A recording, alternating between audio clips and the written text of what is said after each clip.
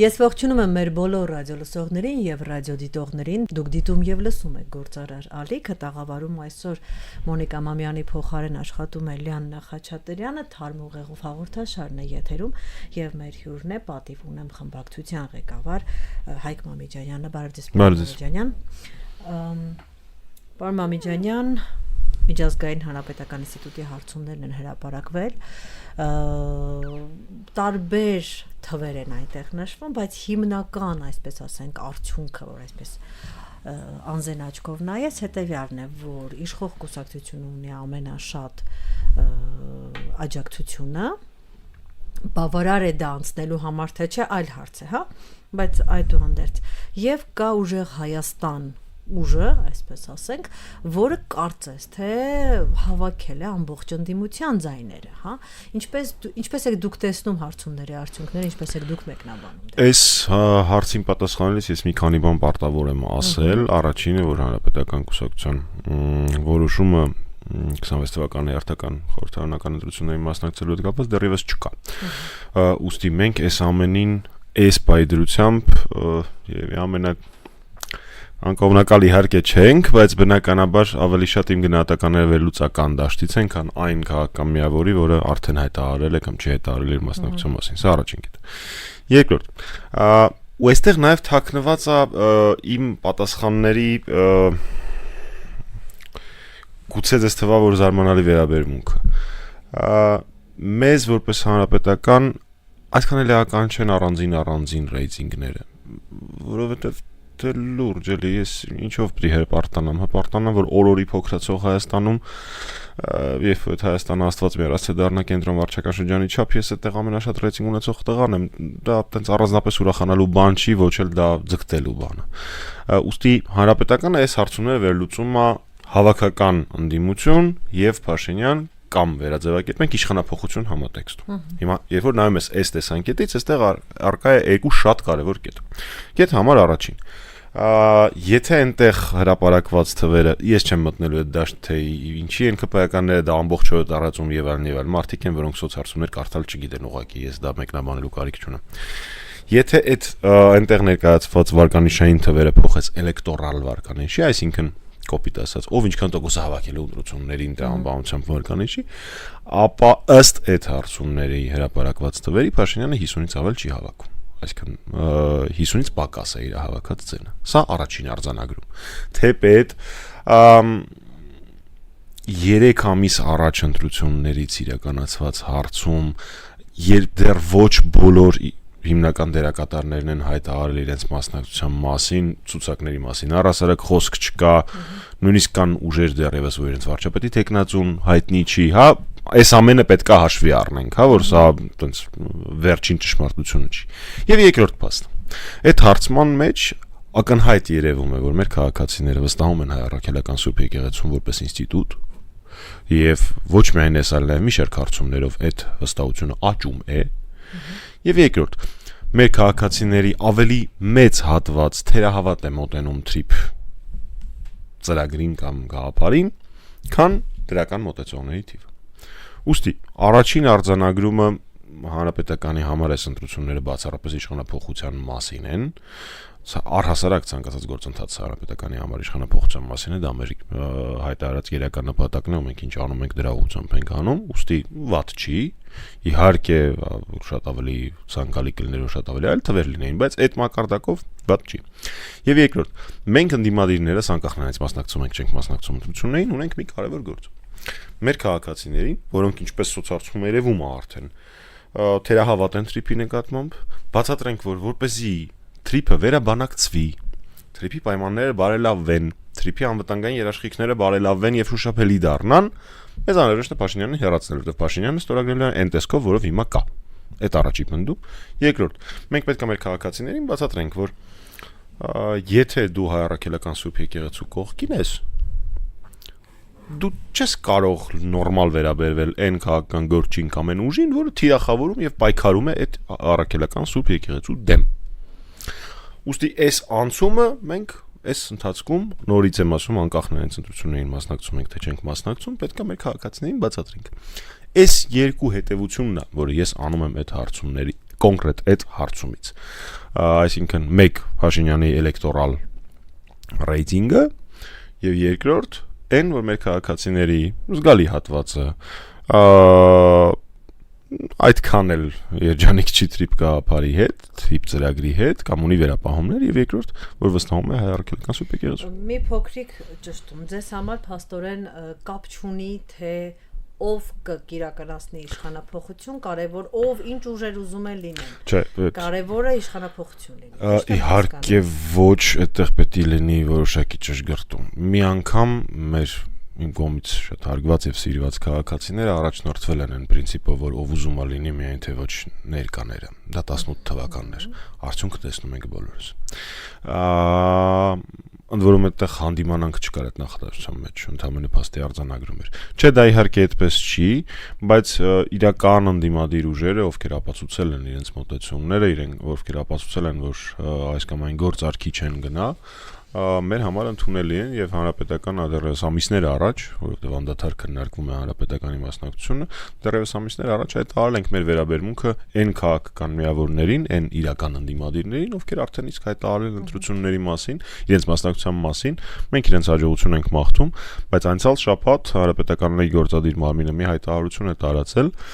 որը զուգահեռ process է ընտրությունների հետ, խոսքը գնում է impeachment-ի գործընթացի նոր փուլի վերաբերյալ,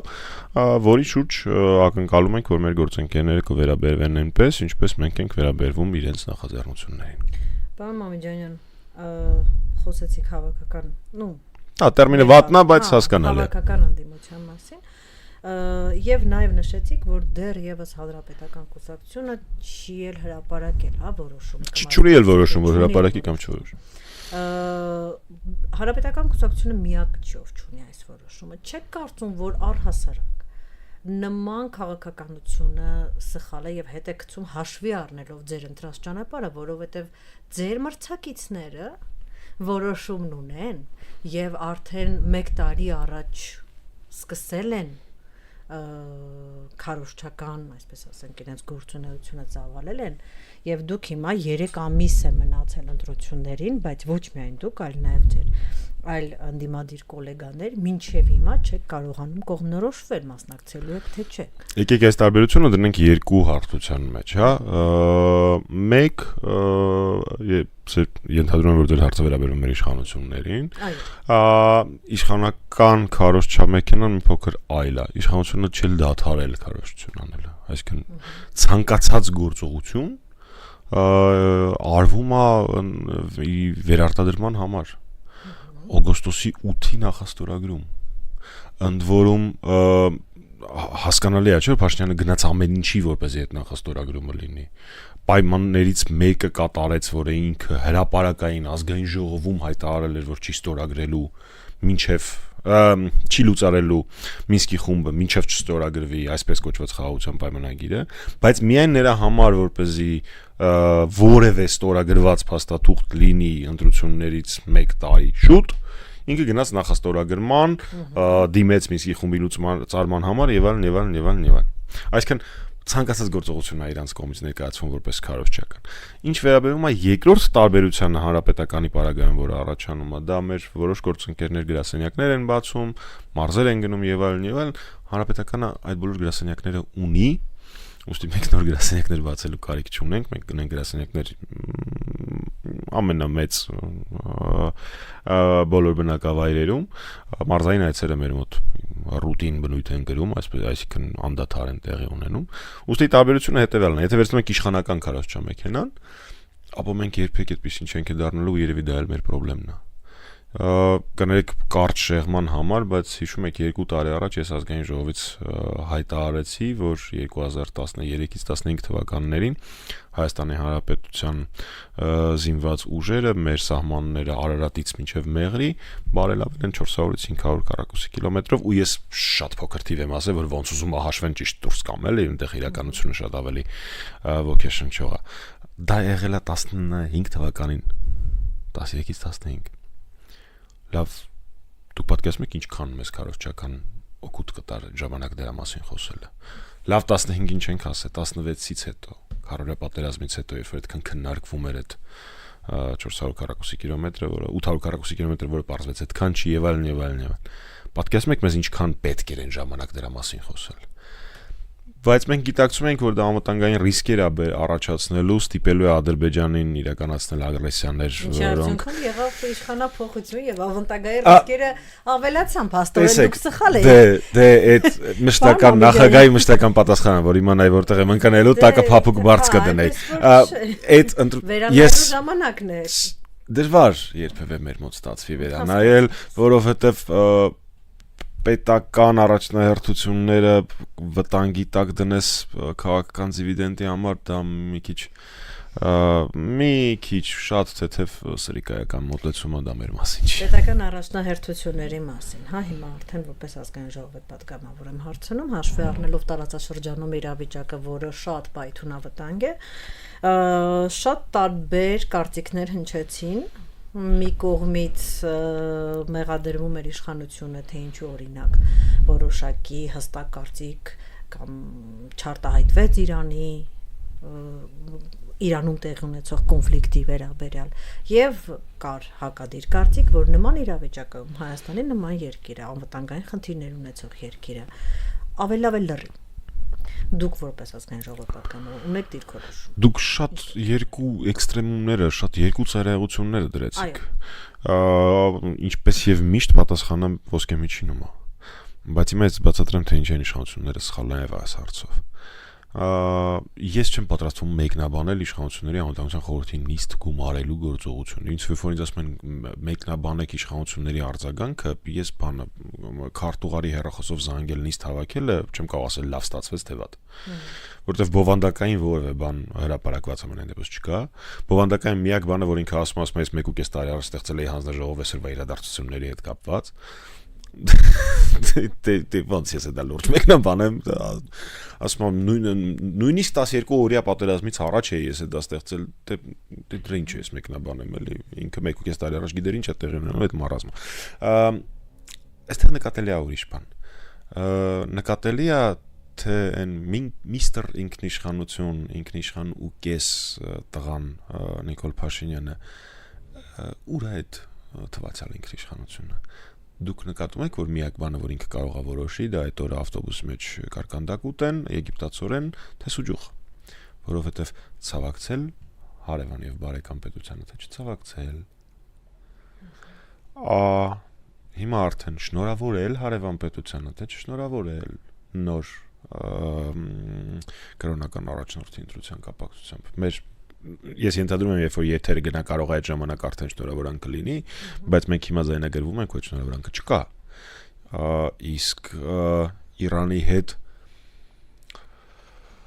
կարծում եմ նույնիսկ պակաս ավելի ստրատեգիական հարաբերություններ ունեցող երկրները արդեն իսկ շնորհավորել են։ Էլ չեմ ասում, ներողություն եմ խնդրում, ցավակցության պարագայում Ալիևի այցը Իրանի դեսպանատուն Բաքվում։ Ակնհայտ է, չէ՞ որ Փաշինյանը ինչ-որ միտեղ ճշտվում է, համաձայնեցնում է իր ռեակցիաները այս տարածաշրջանում տեղի ունեցող րոպե փոխվող իրադարձություններով։ Ավելին ասեմ, ենթադրաբար որտեղ որ ճշտում է, այնտեղ բացարձակ հիմա իր զահլան ու ժամանակը չունեն, ինչեր ասե Բաբաջանյանը WhatsApp-ին չեն պատասխանում։ Էսա իր ինքնիշխանությունը։ Ես հասկանում եք հետևալ տրամաբանությունն եմ ընտրել ու առաջիկայում փորձելու եմ կիրառել։ Ես բավական շատ եմ կարդում մեկնաբանություններ, տարբեր մարդկանց գրառումներ եւ բավական լավ գիտեմ, թե ռեալ մտածող մարդիկ ժամանակին ինչի համար են խաբվել Փաշինյանի կողմից։ Այդ պատճառներից մեկը, որտեղ ինքը ստեղծել էր ինքնիշխանության պատրանք, հեսա տեսեք գալու եմ, եկար հարևան եւ բարեկամ Իրանում տեղի ունեցող ողբերգությանը կամ կարևորագույն քաղաքական իրադարձությանը արձագանքելու համար, քանի տեղ ես օքեյ հարցնում։ Միստր ինքնիշխան։ Այս իրողությունները ես շատ ուզում եմ, որպես այն մարդիկ, ովքեր դրանով անհանգստանում էին ժամանակին, փորձում էին հասկանալ ինչա տեղի ունենում, դրանց ուշադրություն դարձնել։ Իսկ ինչպես կարելի է արձագանքել։ Օրինակ 2008 թվականին, երբ որ տարածաշրջանում սրանից անգամներ ավելի պակաս լարվածություններ Ռուսաստանի եւ Վրաստանի միջև, եթե չեմ սխալվում Պեկինի օլիմպիական խաղերի բացումներ եւ նախագահ Սարգսյանը Պեկինում էր։ Դե չի քննարկվում, որ այցը կանգնացվեց ու նույն վարքյանին նախագահ վերադարձավ Հայաստան, բայց դեռևս ինքնաթիռից, ինչքան ես գիտեմ, ինքը կապ հաստատեց այն ժամանակվա Իրանի նախագահ Ահմադինեջադի հետ եւ խնդրեց Հայաստանին տրամադրել որոշակի մեծ ծավալով ստրատեգիական պաշարների տեսանկյունից հացահատիկ, դիզվառելիք եւ եթե չեմ սխալվում բենզին, որը շատ արագ լուծվեց եւ համենայն դեպս մենք երբ որ 18 թվականին թողում էինք այդ ռեզերվը ստրատեգիական դեռևս տեղում էր, հիմա չգիտեմ ինչ վիճակում է։ Օրինակ, այսպիսի արձագանք անհրաժեշտ սրան։ Պարոն Մամեջանյան, ԵԱՏՄ անդամ դառնալ ինքնիշխան որոշում էր։ Այո, միանշանակ, բացատրեմ ինչի, բայց մի քիչ երկար է տևելու, կփորձեմ կարճանել։ Ի սկզբանե երբ սկսել են ԵԱՏՄ-ի եւ ԵՄ-ի հետ բանակցությունները DCFTA-ի այն ժամանակ կնքման տեսանկյունից, մենք երկու կողմեր իրենց ուշացրել էինք, որ մենք իրար հետ հակասության մեջ այս երկու օրակարգերը չենք մտցնում։ Մեզ երկու կողմերում էլ ասել էին այո, որևէ խնդիր չկա։ Բանակցությունները նորմալ ընթանում էին։ Այն ժամանակ դեռ ԵԱՏՄ չէր, մաքսիմիություն էր։ Ինչ որ պահից մեր եվրոպացի գործընկերները ամենաբարձր մակարդակում մեզ ասացին, որ եւ-ի տարբերակը այլևս չկա,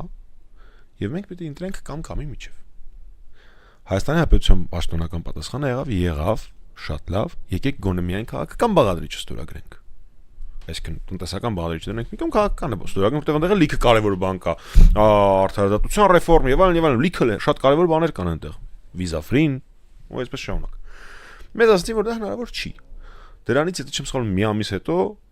իդենտիկ բացառապես քաղաքական բաղադրիչով փաստաթուղթ կնքվեց Ուկրաինայի հետ, բայց դե ոչ մեկս նաիվ չենք, ամեն ինչ հասկանում ենք։ Ռուսաստանի հետ բանակցությունները ակնհայտ է, որ Ռուսաստանն շարժիչ ուժ է, այն ժամանակ մաքսային եւ ԵԱՏՄ-ի նաեւ տնտեսական տեսանկյունից ավարտվեցին սեպտեմբերի 2-ին, ուստի այդ մեկ գիշեր բան այդ ամեն ինչը հեքիաթը, որից հետո մեր եվրոպացի գործընկերները համաձայնեցին բանակցել եւ ստորագրել ՍԵՊԱ-ն, որը նույնպես այդքան էլ հեշտ չէր։ Եվ ՍԵՊԱ-ի ստորագրումից հետո հաջորդ Մյունխենյան կոնֆերանսին, եթե նայեք ելույթները, մի քանի ելույթներում եւ ինտերվյուներում մարդիկ ասում են, ոնց այսպես էլ էր կարելի, այսինքն սա հնարավոր էր։ Այսինքն այս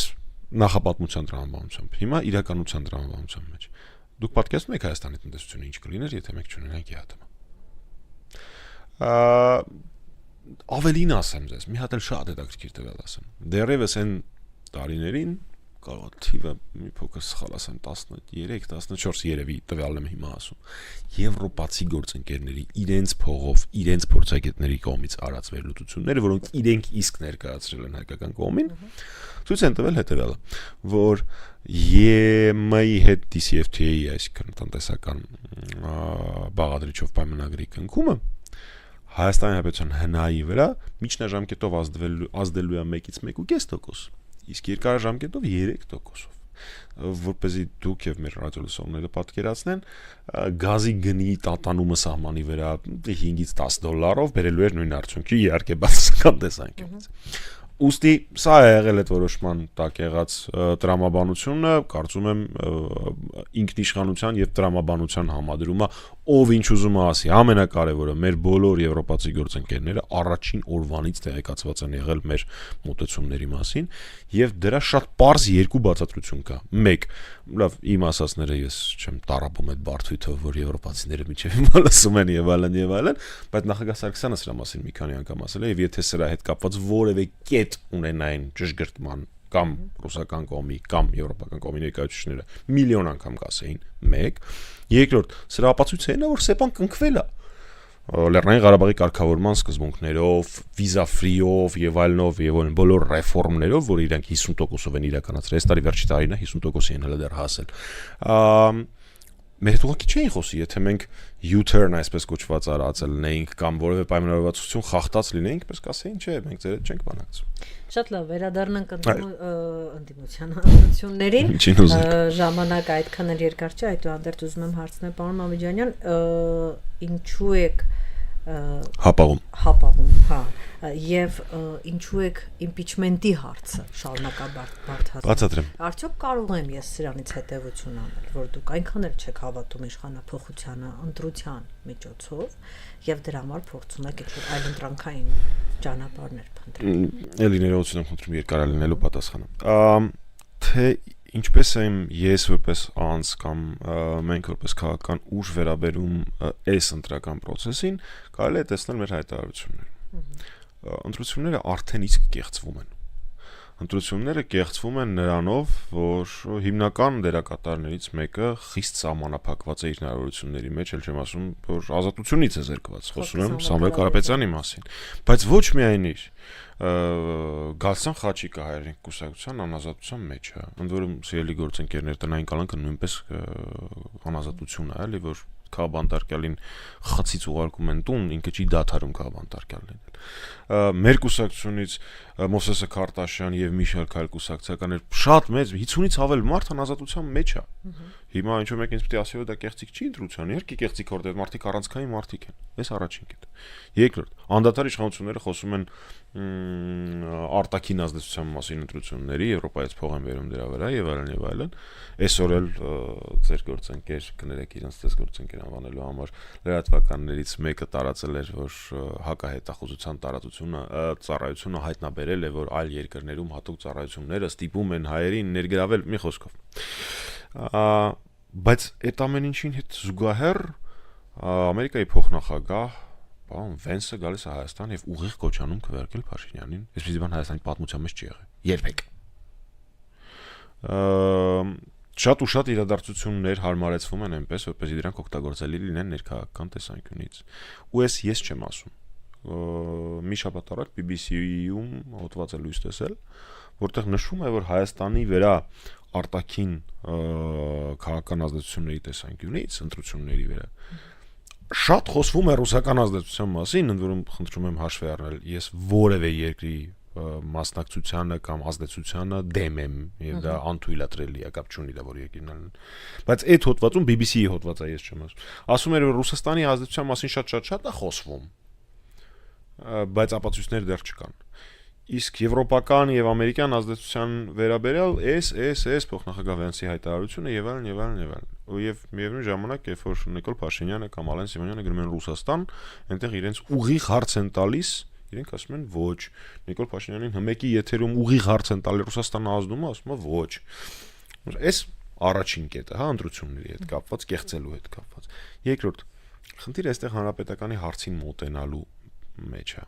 Մենք, ինչպես արդեն ասացի, հարցին մոտենում ենք միայն իշխանապողության տեսանկյունից։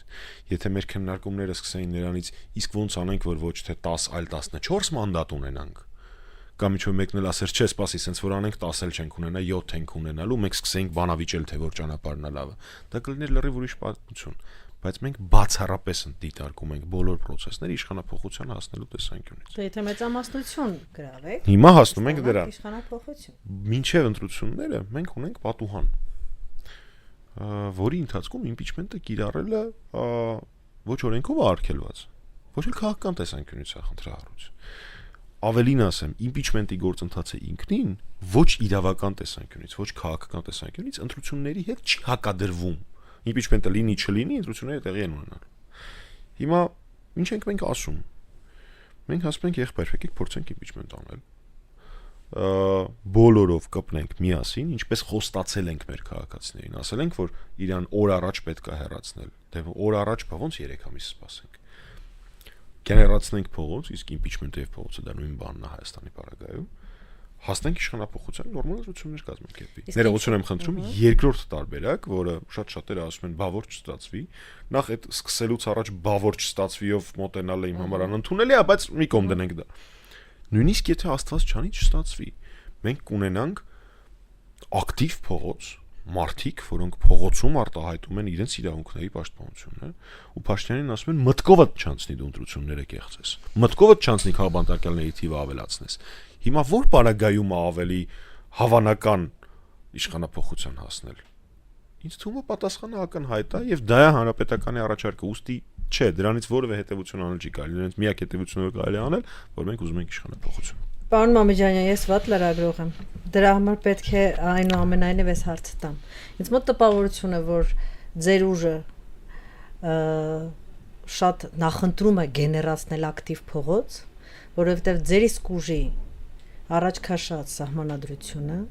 թույլ չի տալիս ընդդիմությանը որևէ բան գեներացնել եւ հարցերի լուծմանը մասնակցել ազգային ժողովում։ Հետաքրքիր հարց էր։ Ես ձեր հետ չեմ համաձայն, ես փորձեմ բացատրել ինչի։ Նախ տեսեք, առաջինը սկսենք սահմանադրությունից, էլի։ Ինձ շատ հաճախ ասում են, այ ձեր գրած սահմանադրությունը։ Սահմանադրությունը եւ ցանկացած օրենք խելագարի կարգավարկածով չի գրվում։ Հասկանում եք, հասկանալի է, որ ձեր մեր համար չէին գրում, Հայաստանի Հանրապետության համար էին գրում։ Ասածս հետեւյալն է, երբ որ մեզ ասում են, այ տեսեք ձեր սահմանադրությամբ, մեր սահմանադրությամբ նախատեսված չէր, որ այդ քաղաքական ուժի ներկայացուցիչը կգնա Իրան կքվեարկի ու կգնա սահմանադրական անկախ մարմնի ղեկավար։ Վահագն Հովհաննիսյանի մասին եմ խոսում, Կենտրոնական ընտրական հանձնաժողով։ Մեր սահմանադրությամբ նախատեսված չէր, որ ինքը մեկը կորոշի սահմանադրությունը փոխել հանրակրվեով, դրանով պանդեմիայի ռիսկերը ավելացնելով, հետո հետ կփոխի ու կբռնաբարի սահմանադրությունը ազգային ժողովի ամբյոնի վրա։ Մեր սահմանադրությամբ նախատեսված չէր, մենք չէինք կարող ենթադրել, որ ինչ որ մեկը օրինական կաշառելու է սահմանադրական դատարանի դատավորներին։ Իսկ ինչու։ Դե ախր դա հնարավոր չի նախատեսել, հասկանում եք, եթե մենք հիմա օրենք են գրում, պետք է ամեն ինչ հաշվի առնել։ Ներողություն եմ խնդրում, չէ, բայց խելագարի կանխավարկածը հաշվի առնել հնարավոր չի։ Այսինքն դուք հաշվի եք առել միայն այն գործիքակազմը, որը դուք կկիրառեք։ Միայն այն գործիքակազմը, որը մենք կկիրառենք, չէ, տրամաբանության սահմաններում, քաղաքական գործընթացների սահմաններում, որովհետև այս տրամաբանությամբ ցանկացած երկրի Ամերիկայի սահմանադրությունը, Անգլիայի մագնակարտան, ինչ ուզես կարաս բռնաբարես։ Այս առաջին կետով։ Երկրորդ, խորհրդարանում հիմա ուժերի բաշխվածությունն է այնպեսին է, այսինքն սահմանադրական մեծամասնություն ԿՊ-ի ձեռքում, որ զարմանալի չի, որ ոչի բան հնարավոր չի այնտեղ իրագործել։ Ու նորից հասկանում եք, էլի մենք հետ ենք գնում օրինակ քննիչ հանձնաժողովների գործիքին, որը կարևորագույն գործիք է հանդիմության ձեռքում, ըստ սահմանադրության եւ ըստ ազգային ժողովի կանոնակարգ օրենքի։ Բայց մենք ոնց նախատեսեինք, որ լինելու է մի ժամանակ, որ այդ պատերազմը կառավարած 44-օրյա պատերազմի մասին ենք խոսում։ Իշխանությունը հետո ստեղծելու է իր նախագահությամբ ֆեյք հանձնաժողով, այդ ողջ հանձնաժողովի ընթացքը սարքի թատրոն, վերջում չեն, արանքները Փաշինյանի հաշվետվու այդտեղ հարցաքննությունը սարքի մեգա ներկայացում մոնո դերասանի։ Հետո էլ մի հատ էլ թատրոն սարքի դրա հրապարակել, չհրապարակել, քննարկել, չքննարկելու մասին, որովհետև հիմա ես սահմանադրության մեջ չէի գրելու, որ ընդդիմության գործիքն է հաշվի հանձնաժողովները, որովհետև դա ում հարցնես ինքը դա ասելու է։ Այսինքն Անդրանիկ Քոչարյանը այդ պաշտոնին է եղել պատերազմի ժամանակ, ինքը ի՞նչն է քննում, այդ ով է տեսել որ հանցագործները իրանք քննեն, կամ ով է տեսել որ օգտագործելով օրենքի տեխնիկական հնարավորությունը, այսինքն քննիչ հանձնաժողովի անդամների թվի հաստատման ֆունկցիան, որը նորից եմ ասում, տեխնիկական ֆունկցիա է։ Որտեւ օրենքի ոգին ցույց է տալիս, որ ընդդիմությունը առանց իշխանության պիտի կարողանա հանձնաժողով ստեղծել։ Ով էր մտածել որ դա օգտագործելու է իշխանությունները 2 կամ 3 հանձնաժողովի ստեղծում տապալելու համար։ Ու այսպես շարունակ, ուստի խնդրում եմ սա չընդունել որպես արդարացումներ ամենաշատը ընդդիմության, այսինքն ինքներս մեզ ես եմ քննադատում, եթե մտնում ես Prime Minister Ռայան Փաշինյանի դեմքն է, ուրեմն մենք ձախողել ենք, այստեղ շատ քննարկելու բան չկա, էլի, բայց խնդրում եմ հաշվի առեք, թե ինչ է արվում այդ ընթացքում, հաշվի առեք, որ երբևէ այդպիսի բան չի եղել, որ փողոցում ոստիկանական բռնություն տեղի ունենա, դրանից 1 կամ 2 օր հետո միշտ ժողովրդավարական արժեքների կարևորմամբ աչքի ընկնող երկրներից մեկի դեսպանը այդ նույն ցուցարարների մեջով գնա եւ հանդիպի ազգային ժողովի նախագահին, դա տեղի է ունեցել 24 թվականին, ամռան, Սրբազան պայքարի ժամանակ։ Կիրառվի հատուկ միջոց խաղաղ ցուցարարների վրա ու դրա հաջորդ տարվա միջազգային կառույցներից մեկի զեկույցի մեջ գրված լինի, համարյա բառացի եմ ցիտում, այո, ոստիկանական բռնություններ են տեղի ունեցել, բայց մարտի 1-ին 10 մարդ է մահացել։ Ես մեջ բերում եմ շատ կարևոր մի միջազգային կառույցի զեկույց 25 թվականին, 24-ի մասին 25 թվականին հրապարակված։ Լինում են դեպքեր, երբ գործիքակազմը ուղղակի կիրառելի չի, բայց դա չի նշանակում, որ պետք է դադարել այդ բոլոր գործիքակազմը փորձարկելուց, երբ որ ես յուրաքանչյուր Հայաստանում տեղի ունեցող հակաժողովրդավարական գործընթացից հետո ես կամ իմ գործընկերները նամակ ենք գրում միջազգային կառույցներին եւ մեր գործընկերներին, մենք գիտենք դրա արդյունքը ինչ է լինելու, բայց դա չի նշանակում, որ դա չպիտի արվի, որտեղ դա պարտադիր մեր գործառույթներից է, որը ընդդիմությունը պարտավոր է անել։ Վերջին հարց, Պարոն Մամիջանյան, դուք հավատում եք ժողովրդավարությանը։ Այո, ես հավատում եմ, որ ես հավատում եմ, որ հայ ժողովուրդը շատ խոհեմ է։ Շատ խելացի է ու շատ իմաստուն։ Ես համարում եմ, որ ժողովրդից նեղանալ չի կարելի։ Ես համարում եմ, որ ժողովրդին մեղավոր հանել նույնպես չի կարելի։ Ուստի այո, ես համարում եմ, որ այդ իմաստուն, խոհեմ ու խելացի ժողովուրդը պիտի ինքը որոշի իր ապագան։ Բայց եթե 21 թվականին Փաշինյանը Չակուչն առած Հայաստանի մարզերում ասում էր ես խաղաղություն եմ բերելու, բայց Շուշին ազատագրելու եմ Հադրութն էլ հետը, ու մարդիկ իրան հավատացին։ Դա նաև իմ մեղքն է, որտեվ ես չկարողացա ապացուցել, ասում եմ ես, որ հանկարծ ոչ մեկ չնեղանա էլ, չկարողացա ապացուցել, որ չէ ժողովուրդին ամեն ինչ անում, որ Արցախը հանձնի, ու այդպես էլ տեղի ունեցավ։ Ուստի այո, ես հավատում եմ ժողովրդավարությանը, պարզապես համարում եմ, որ քաղաքական գործիչները պետքա կաշվից դուրս գան ճշմարտությունը մեր քաղաքացիներին բացատրելու համար։